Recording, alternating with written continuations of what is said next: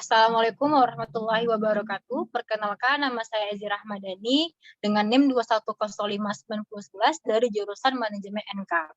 Baiklah, hari ini saya akan mempresentasikan tentang mind mapping.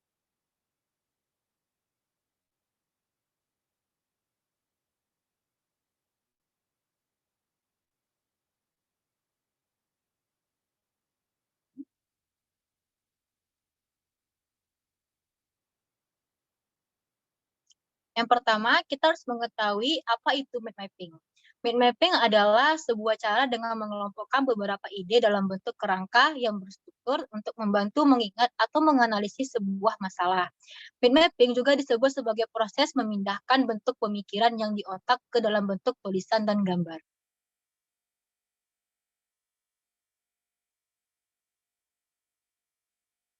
Selanjutnya, pengertian mind mapping menurut para ahli. Yang pertama, pengertian menurut para ahli yaitu Melvin Elsin, di mana mind mapping merupakan langkah kreatif yang akan membantu seseorang dalam memproduksi banyak ide-ide menarik, memudahkan dalam mempelajari sesuatu, hingga memudahkan dalam merencanakan berbagai penelitian untuk proyek baru yang sedang dijalankan. Yang kedua, pengertian mind mapping menurut Tony Buzan, yang mengatakan bahwa mind mapping merupakan suatu cara mengembangkan kegiatan berpikir serta menarik berbagai pikiran dalam berbagai sudut. Pengertian mind mapping juga akan mengarahkan pada cara bagaimana mengasah cara berpikir yang divergen dan kreatif. Yang ketiga, pengertian mind mapping menurut Bobby de Porter de Carnegie, di mana big mapping merupakan sebagai salah satu teknik mencatat yang akan membantu seseorang dalam memetakan pikiran kreatifnya secara efektif, kemudian memadukan dan mengembangkan potensi kerja otak, baik otak kanan maupun otak kiri di diri seseorang.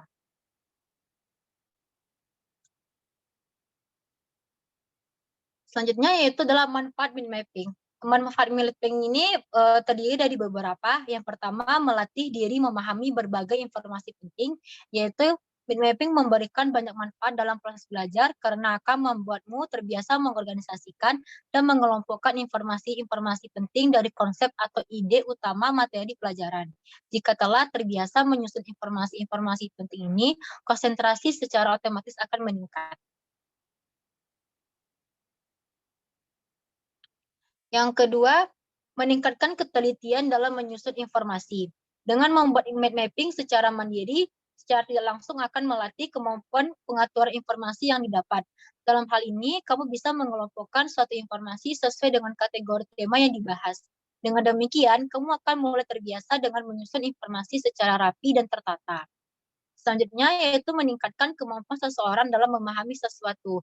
Mind mapping sangat bermanfaat dalam meningkatkan fungsi kerja otak. Jika seseorang telah terbiasa membuat mapping, maka secara otomatis ia akan lebih cepat dalam memproses atau memahami materi yang sedang ia pelajari. Penggunaan kata kunci yang sederhana pada mind mapping juga akan membantumu dalam mengingat materi-materi penting yang berkaitan dengan ide utamanya.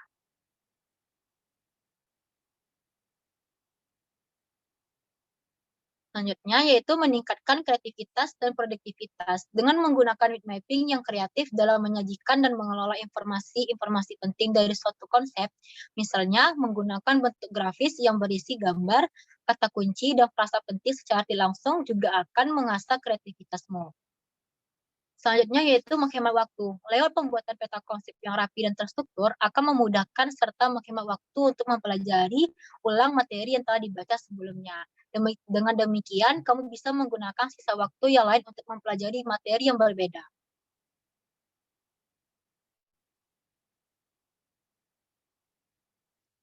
Selanjutnya, kita akan membahas tentang bagaimana cara membuat mind mapping. Yang pertama, kita harus menentukan topik utama. Mencari topik utama tersebut dapat berasal dari masalah yang ingin kamu selesaikan dan biasanya berbentuk kata kunci yang terdiri dari 1 sampai 3 kata. Kedua, tambahkan cabang berdasarkan topik utama. Kamu perlu mencari ide-ide yang paling erat kaitannya dengan suatu topik utama dan menjadikannya sebagai cabang pertama dari topik tersebut.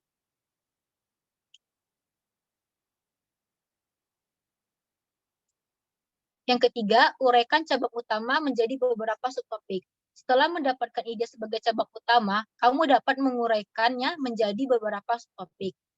Yang keempat, hubungkan setiap ide dengan garis. Setelah menentukan beberapa subtopik, jangan lupa menghubungkan masing-masing ide dengan garis. Dengan menggunakan garis, maka kita akan semakin mudah untuk memahami isi dari mind mapping yang telah dibuat, mulai dari topik utama hingga subtopik yang paling spesifik. Yang kelima, gunakan mode warna pada garis penghubung di setiap subtopik. Dengan menggunakan cara ini, kita dapat mempermudah mengingat setiap ide pada subtopik. Kamu dapat juga menambahkan kode warna pada garis penghubung ataupun gambar. Yang keenam, kembangkanlah subtopik dengan ide-ide yang paling penting. Kamu nantinya akan pasti banyak menemukan berbagai ide yang kemungkinan memiliki hubungan dengan subtopik. Namun untuk membuat mind mapping yang efektif, maka diperlukan untuk menentukan ide-ide yang memiliki kaitannya yang paling erat dengan subtopik. Yang ketujuh yaitu tambahkanlah catatan kecil yang diperlukan.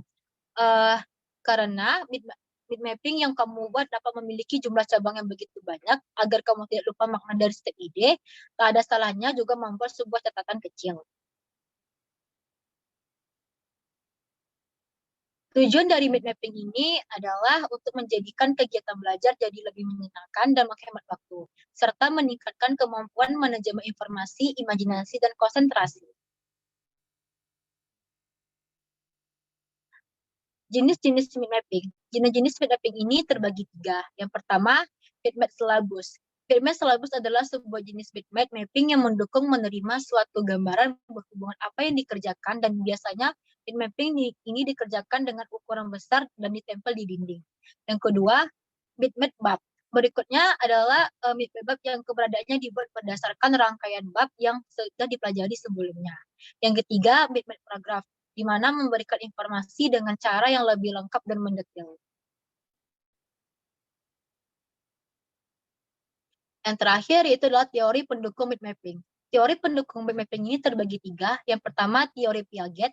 Teori ini menyatakan bahwa pengetahuan datang dari tindakan dan perkembangan kognitif seseorang sebagai besar bergantung pada seberapa jauh seseorang memanipulasi dan aktif berinteraksi dengan lingkungannya. Yang kedua, teori Vygotsky, seseorang yang berbentuk pengetahuan dari apa yang ia ketahui, bukan hasil kopi dari apa yang mereka temukan di lingkungannya. Yang terakhir, teori David Ausubel, di mana teori konektif David P. ini mengumumkan bahwa belajar dengan hafalan berbeda dengan praktek langsung.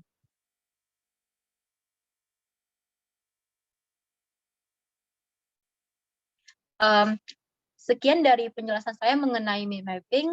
Semoga bermanfaat bagi teman-teman lain.